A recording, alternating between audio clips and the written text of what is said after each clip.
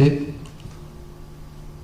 प्रदेश सरकार में मंत्रिमंडल के मेरे वरिष्ठ सहयोगी,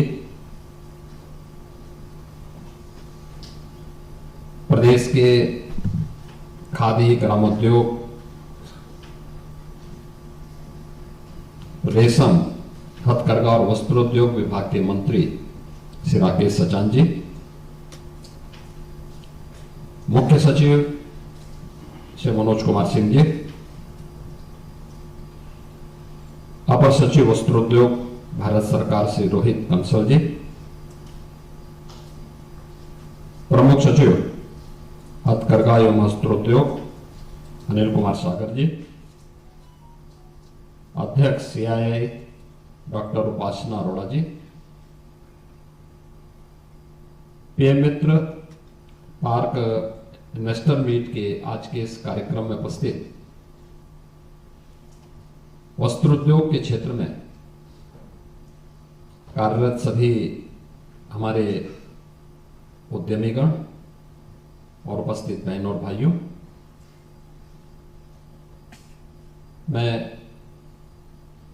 प्रधानमंत्री mega integrated textile reason and apparel योजना यानी PM मित्रा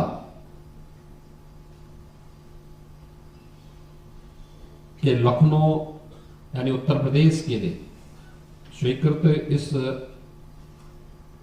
परियोजना के लिए आयोजित इस इन्वेस्टर मीट में आप सबका मैं हृदय से स्वागत करता हूं, अभिनंदन करता हूं।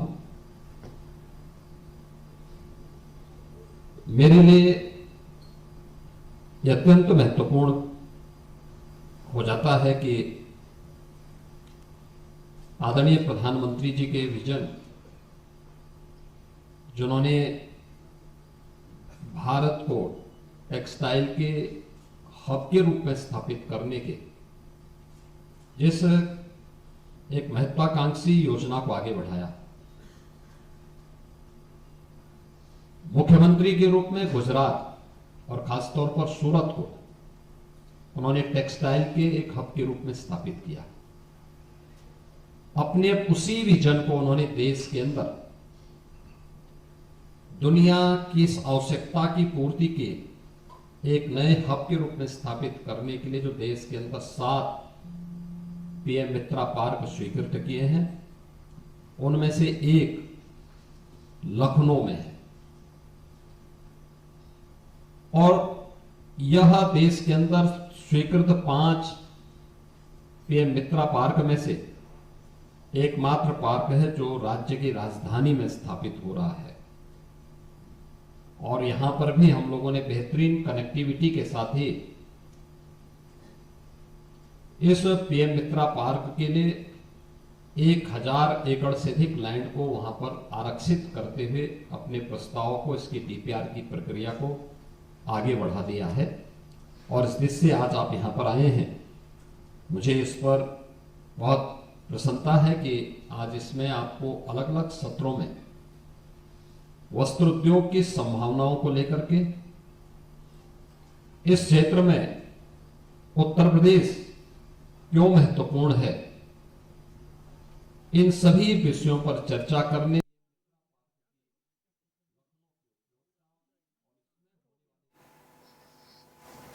एक बहुत बड़ी आबादी नेपाल, भूटान राज्यों में बिहार, झारखंड सकते हैं। देश की आबादी का सबसे बड़ा राज्य है।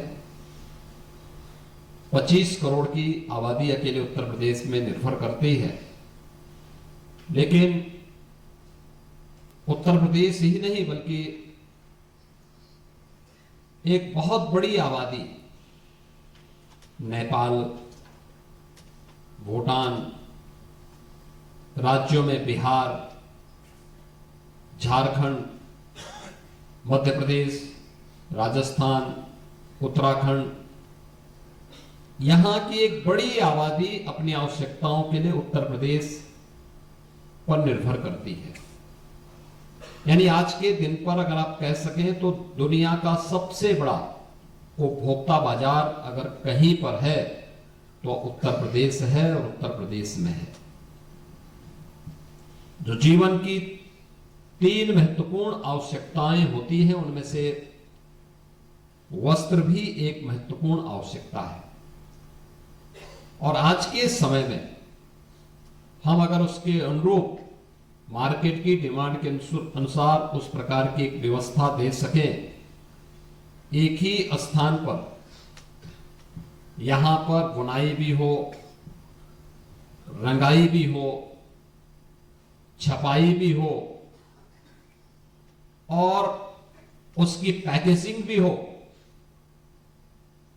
उसकी डिजाइनिंग भी हो, ये सभी कार्य एक ही स्थान पर करने की सुविधा अगर कोई दे सकता है तो वह पीएम मित्रा पार्क दे सकता है। और इसलिए इस अवसर के लिए आप सबको आमंत्रित करते हुए मुझे अत्यंत प्रसन्नता की अनुभूति हो रही है। इस कार्यक्रम के पहले मैंने यहां पर अलग अलग फील्ड से जुड़े हुए उत्तर प्रदेश के इन्वेस्टर से भी एक सामान्य मुलाकात मेरी हुई थी, जिसमें अडानी पोर्ट से, यहां पर आपके ग्रेटर नोएडा से आए हुए से ललित ठकुराल से, कर्नल एस कपूर से, 9 हाइजीन केयर से अमर तुलसियान से, राजलक्ष्मी कॉटन मिल्स से श्री रजत जयपुरिया से, जीएसएन स्पिनर से श्री संदीप खंडेलवाल से, श्री अजय लोहिया, श्री रमेश सेन, श्री राजीव अग्रवाल, श्री संजय जैन और श्री दिवाकर मारी, इन सभी के साथ अभी मेरा एक संवाद भी हो रहा था। उत्तर प्रदेश सरकार ने अपने यहां इन्वेस्टमेंट के लिए एक बहुत सकारात्मक माहौल पिछले 8 वर्ष के अंदर हम लोगों ने तैयार किया। और सकारात्मक माहौल हर प्रकार से जो भी होगा पॉलिसी के अंदर होगा, पॉलिसी के दायरे में होकर होगा। इसके लिए 33 सेक्टोरियल पॉलिसीज के साथ उत्तर प्रदेश देश का पहला राज्य है जिसके पास इतनी पॉलिसीज हैं अलग अलग सेक्टर से जुड़ी हुई। इन्वेस्टर की सुविधा के लिए हम लोगों ने यहां पर सिंगल विंडो को प्रभावी ढंग से लागू किया है और देश का सबसे बड़ा सिंगल विंडो का प्लेटफॉर्म निवेश मित्र के नाम पर उत्तर प्रदेश में है, जिसके माध्यम से हम 500 से अधिक क्लियरेंस एक प्लेटफॉर्म पर उपलब्ध करवाने का कार्य कर रहे हैं। एमओयू मॉनिटरिंग के लिए भी निवेश सारथी का उपयोग करते हुए हम इस प्रक्रिया को आगे बढ़ा रहे हैं। नियमित रूप से कहीं भी कोई प्रक्रिया अपनानी हो, सीनियर अधिकारियों के साथ साथ मैं स्वयं भी इस मामले में समय समय पर इसकी समीक्षा करता हूं कि किस क्षेत्र में कौन से एनओसीज में क्या समस्या आ रही है और उस समस्या का कारण क्या है, उसके निवारण के मार्ग भी हम लोग वहां पर निकालते हैं। और मुझे अच्छा लगा कि यहां पर आज जिन लोगों ने यहां पे पहले उत्तर प्रदेश के अलग अलग पॉलिसीज में यहां पे निवेश किए थे, उन्हें आज यहां पर 2017 की पॉलिसी के अंतर्गत जो निवेश हुआ था श्री अमर तुलसियान का 9 लिमिटेड गोरखपुर से, उनको भी, और श्री रजत जयपुरिया ये राजलक्ष्मी कॉटन मिल्स ये गौतम बुद्ध नगर से, इन्हें इनका इंसेंटिव भी यहां पर आज वितरित हुआ है। ऐसे सैकड़ों निवेशकों को जिन्होंने अपने प्रोडक्शन को प्रारंभ किया है पॉलिसी के दायरे में आकर के, सभी इंसेंटिव, यद्यपि हम लोग अब इसको भी इंसेंटिव वितरण को भी हमारी ऑनलाइन सारी प्रक्रिया आगे बढ़ चल रही है, डीबीटी के माध्यम से हम उनके अकाउंट में स्वयं भेजते हैं। लेकिन मैंने भी बार बार कहा है कि जब हम कोई आयोजन करते हैं तो उस कार्यक्रम के माध्यम से मंच पर अपने निवेशक का हम सम्मान करें, मंच पर उनको बुला करके, जिससे किसी को भी विश्वास हो कि एक औपचारिकता नहीं, केवल पॉलिसी में घोषणा यह एक औपचारिक नहीं होती है, बल्कि उसका क्रियान्वयन भी ईमानदारी के साथ हो रहा है।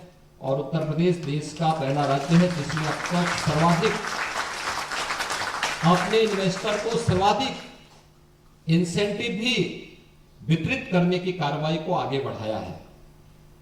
ऐसे ही यहाँ पे लेटर ऑफ इंटेंट भी यहाँ पे जारी किए गए हैं। आपने देखा होगा यहाँ पर हम लोगों ने भी उस कार्यक्रम के साथ भी जुड़े हैं। और 2022 के जो पॉलिसी के दायरे में जिन लोगों ने यहाँ उत्तर प्रदेश में, जिन निवेशकों ने उत्तर प्रदेश में अपने निवेश किए थे टेक्सटाइल के फील्ड में, उनको हम लोगों ने यहाँ पर अपना उनके भी इंसेंटिव अभी यहाँ पर वितरित हुए हैं। यानी हम लोगों ने जो कहा वह करके दिखाया है। उत्तर प्रदेश टेक्सटाइल के एक बेहतरीन हब के रूप में स्थापित हो सकता है, यह आज कोई नई बात नहीं। याद रखना, जितनी प्राचीन सभ्यता और संस्कृति होगी उतने ही प्राचीन समय से वहां पे वस्त्र उद्योग की संभावनाएं रही होंगी।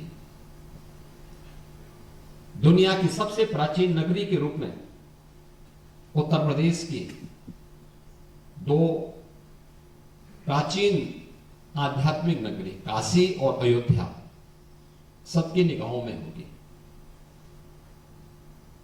हजारों वर्षों का जिनका अपना एक इतिहास है। स्वाभाविक रूप से ये नगरी केवल एक आध्यात्मिक चिंतन के आधार नहीं थी।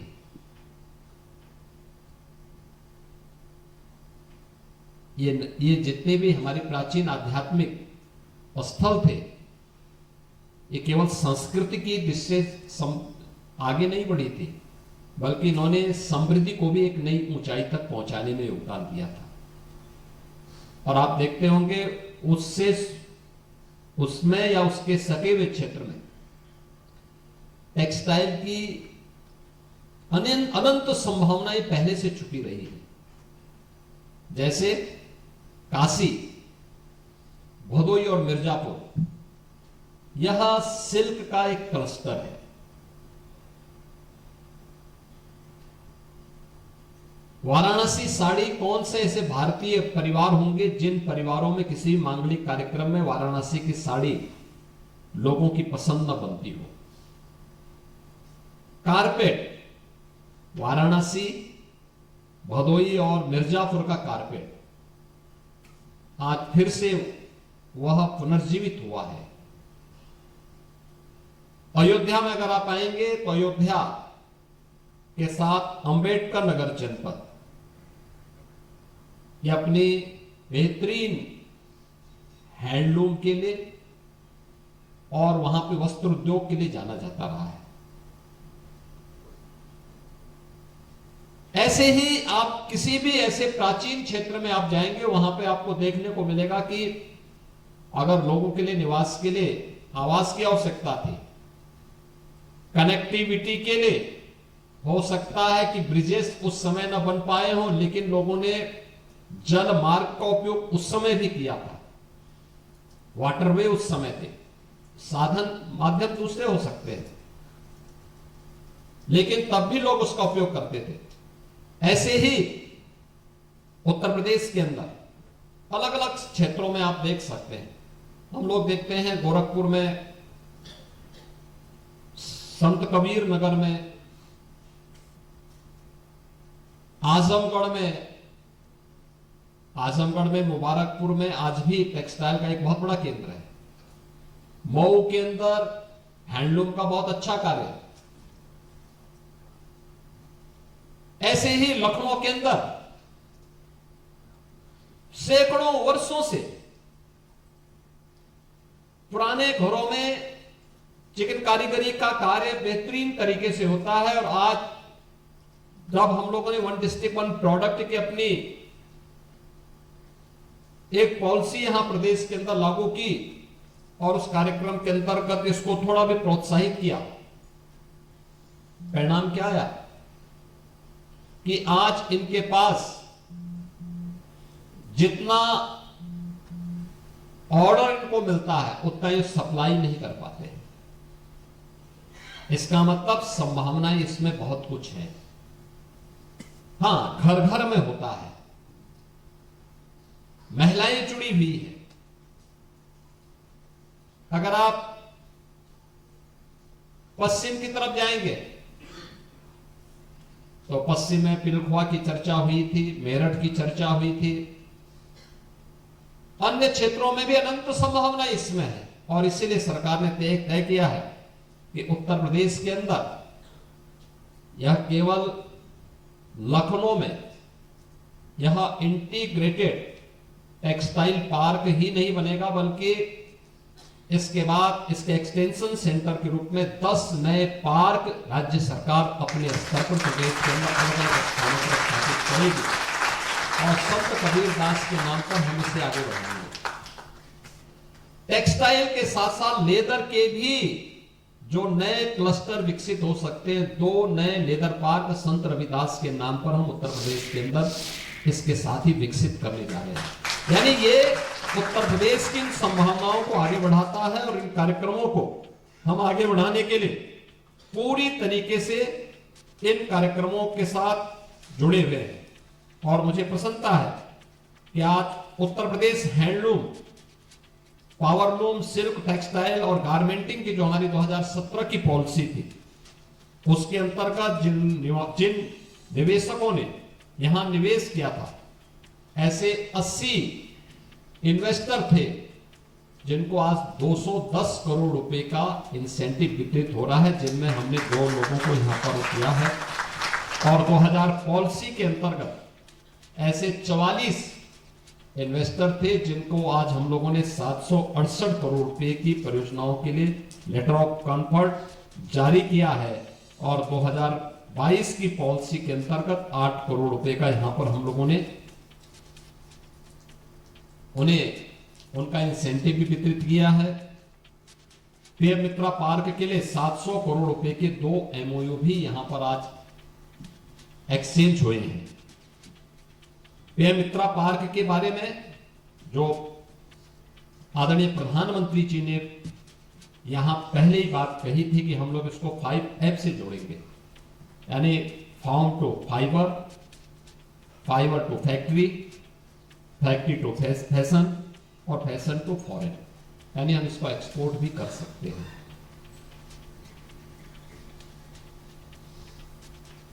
यानी 5F के आधार पर इस पूरी पीएम मित्रा पार्क के कॉन्सेप्ट को आगे बढ़ाने के लिए, जिसके बारे में मैं कह रहा था, 140 करोड़ की आबादी का भारत और टेक्सटाइल की कोई ऐसी इंटरनेशनल ब्रांड जो दुनिया के अंदर छा जा रही हो, उसको तैयार करने का एक अवसर। रेडीमेड गारमेंट्स में जो अनंत संभावनाएं हैं, दुनिया के मार्केट की मैपिंग करके वहां तक पहुंचने के लिए हमारे पास संभावनाएं हैं, क्योंकि बांग्लादेश की कुल आबादी 16 करोड़, लेकिन दुनिया के अंदर वह रेडीमेड गारमेंट्स में छा गया। 140 करोड़ का भारत इस दिशा में आगे क्यों नहीं बढ़ सकता? एक बड़ी आबादी ऐसे जिसके हाथ को कार्य चाहिए, लेकिन उसको रास्ता दिखाने वाला तो कोई हो। उसकी ट्रेनिंग के कार्यक्रम को आगे बढ़ाना, उसकी डिजाइनिंग के साथ, पैकेजिंग के साथ, क्योंकि हर एक का अपना महत्व है। और उस कार्यक्रम के साथ अगर हम जुड़ेंगे तो उन सभी कार्यक्रमों को एक साथ हम कर पाएंगे। और इसमें इसीलिए प्रधानमंत्री जी ने इस बात को कहा कि पीएम मित्रा पार्क उसका कॉन्सेप्ट बहुत साफ है। कताई हो, एक ही क्षेत्र में कताई के लिए, बुनाई के लिए, रंगाई के लिए, उसकी छपाई के लिए, ये सभी एक साथ एक ही प्लेटफॉर्म पर हम लोग, एक ही स्थान पर हमें सभी सुविधाएं प्राप्त हो सके, इसको लेकर के हमें वहां पर कार्य करना है। इस दृष्टि से उत्तर प्रदेश के अंदर जो यह कार्य यहां पे हो रहा है, 1000 एकड़ के क्षेत्रफल में पीएम मित्रा पार्क स्थापित हो रहा है, यह लखनऊ सिटी से एकदम सटा हुआ क्षेत्र है। आउटर रिंग रोड, जो 6 लेन का आउटर रिंग रोड बना है, यहां से 4 लेन की कनेक्टिविटी राज्य सरकार उपलब्ध कराने जा रही है। मैंने पहले भी कहा कि रोड की कनेक्टिविटी में आज के दिन पर उत्तर प्रदेश देश के अंदर सर्वाधिक एक्सप्रेस हाईवे रखने वाला राज्य है। गंगा एक्सप्रेसवे बनने के बाद 55% एक्सप्रेसवे उत्तर प्रदेश के पास होंगे देश के। रेलवे का सबसे अच्छा नेटवर्क हमारे पास। यहां से कानपुर का जो हमारा इस इनलैंड वहां पर जो हमारा यानी उत्तर प्रदेश का, हम लोग यहां पे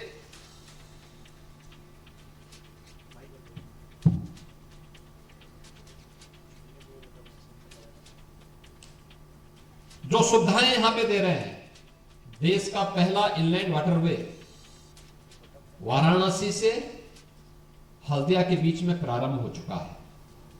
पूर्वांचल एक्सप्रेसवे लखनऊ से वाराणसी तक पहुंच चुका है। फ्रीक्वेंट आवागमन आपके लिए, लेकिन डेडिकेटेड फ्रेट कॉरिडोर की सुविधा भी यहां से कानपुर के बीच में, जो लखनऊ से आपको जब मिलेगी तो एक ग्रीनफील्ड एक्सप्रेसवे के साथ आपको ये सुविधा यहां से कानपुर से प्राप्त हो जाएगी और डेडिकेटेड फ्रेट कॉरिडोर से आप पूर्वी बंदरगाह तक आसानी से पहुंच सकते हैं। कनेक्टिविटी का भी इश्यू नहीं। उत्तर प्रदेश के लिए जो अब तक कहा जाता था कि यह लैंडलॉक्ड स्टेट होने के नाते यहां से एक्सपोर्ट नहीं हो सकता, दिक्कतें होंगी, लेकिन उस सुविधा को भी यहां पर हम लोगों ने, आदरणीय प्रधानमंत्री जी ने इनलैंड वाटरवे के माध्यम से वाराणसी से हल्दिया के बीच में वाटरवे के माध्यम से भी और डेडिकेटेड फ्रेट कॉरिडोर के माध्यम से भी इस सुविधा को उपलब्ध करवाया है। और इंटरनेशनल एयरपोर्ट लखनऊ में ऑलरेडी यहां पर पहले से चालू है। इससे भी कार्गो की सुविधा आपको उपलब्ध करवाने की व्यवस्था यहां पर पहले से यहां पर प्राप्त है। लखनऊ का हमारा जो पीएम मित्रा पार्क है, इसके लिए पहले से ही 83 MOU, जिसमें 3,800 करोड़ रुपए के प्रस्ताव हमें पहले से प्राप्त हो चुके हैं।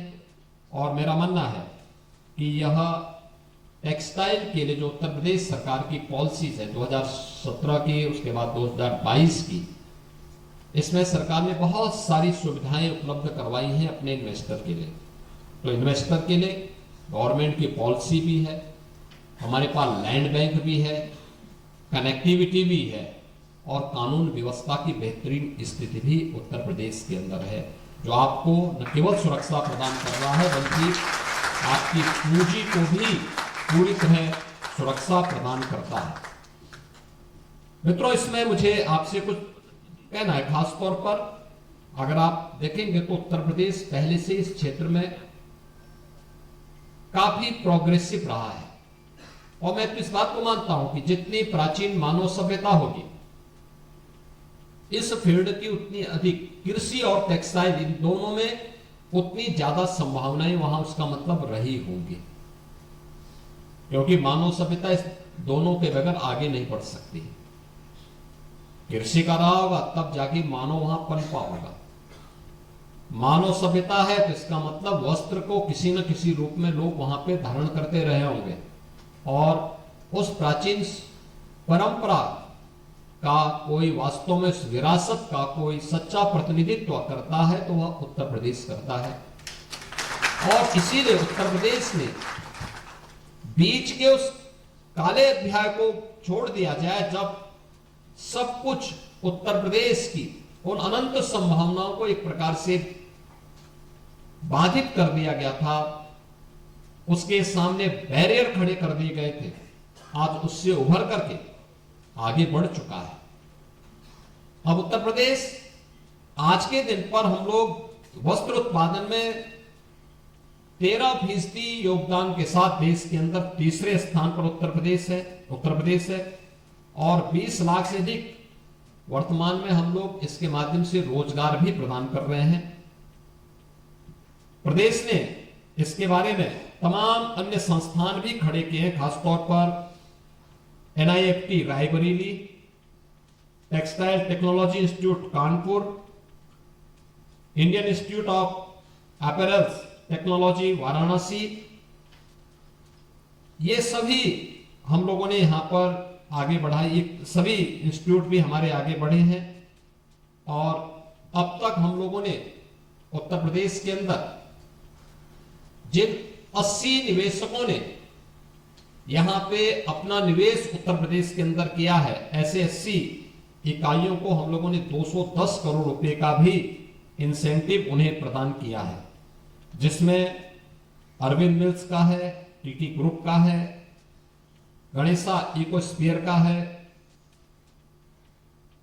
भारतन ओवरसीज और 9 जैसी इकाइयां भी यहां पर प्रदेश के अंदर कार्य कर रही हैं।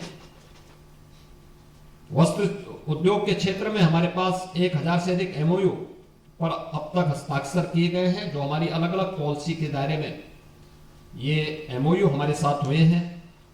225 का ग्राउंड ब्रेकिंग के लिए हम लोगों ने तैयार किया है और जैसे ग्राउंड ब्रेकिंग होने के बाद 6000 करोड़ रुपए से अधिक का निवेश इसके माध्यम से होगा और 50,000 से अधिक निवेश यानी 50,000 से अधिक नए रोजगार का सृजन अकेले इन्हीं निवेशकों के माध्यम से प्रदेश में नए तरीके से आगे बढ़ेगा। उत्तर प्रदेश के बारे में आप सब जानते हैं, उत्तर प्रदेश में कोई बहुत आपसे कुछ भी अपरिचित नहीं है। आज के दिन पर यह देश की सबसे बड़ी उभरती हुई अर्थव्यवस्था बनकर के आगे बढ़ी है। अपने बेहतरीन इंफ्रास्ट्रक्चर के साथ साथ उत्तर प्रदेश ने आज हर एक फील्ड में प्रधानमंत्री जी के विजन के अनुरूप एक नए भारत के नए उत्तर प्रदेश के रूप में उभरा है। आज देश की नंबर 2 की अर्थव्यवस्था बन चुका है और 2029 तक उत्तर प्रदेश को $1 ट्रिलियन की इकोनॉमी बनाने के जिस विजन के साथ उत्तर प्रदेश कार्य कर रहा है, मेरा अनुमान है कि यह स्पीड, यहां के स्केल के माध्यम से हम लोग एक समय सीमा के अंदर प्राप्त कर लेंगे और यह निश्चित ही इसमें उत्तर प्रदेश को कहीं कोई यहां पे समस्या नहीं आने वाली है। हर एक प्रकार की कनेक्टिविटी हमारे पास है, रोड की भी है, रेल की भी है, एयर कनेक्टिविटी उत्तर प्रदेश के अंदर मौजूद है। अपनी टेक्नोलॉजी का बेहतरीन उपयोग करते हुए हर एक फील्ड में उत्तर प्रदेश आज आगे बढ़ रहा है। मुझे पूरा विश्वास है कि PM मित्रा पार्क टेक्सटाइल के क्षेत्र से जुड़े हुए आप सभी निवेशकों के लिए एक नए अवसर के लिए आपका आह्वान कर रहा है। ये PM मित्रा पार्क के साथ ही जो हमारे 10 नए क्लस्टर हम लोग प्रदेश के अंदर नए पार्क स्थापित करेंगे, यह इसके एक्सटेंशन के रूप में कार्य करेंगे और सभी प्रकार की सुविधाओं को एक ही स्तर पर आपको प्रदान करने के लिए पूरी प्रतिबद्धता के साथ कार्य करेंगे। आज के इस अवसर पर आप सभी ने PM मित्रा पार्क के लिए आयोजित इस इन्वेस्टर मीट्स में आप सब यहां पर उपस्थित हुए हैं। मैं आपका एक बार फिर से हृदय से स्वागत करता हूं और विश्वास करता हूं कि आप लोग सभी रुचि के साथ प्रधानमंत्री जी के इस विजन को जमीनी धरातल पर उतारने में अपना योगदान देंगे। आप सबके प्रति मेरी मंगलमय शुभकामनाएं। धन्यवाद।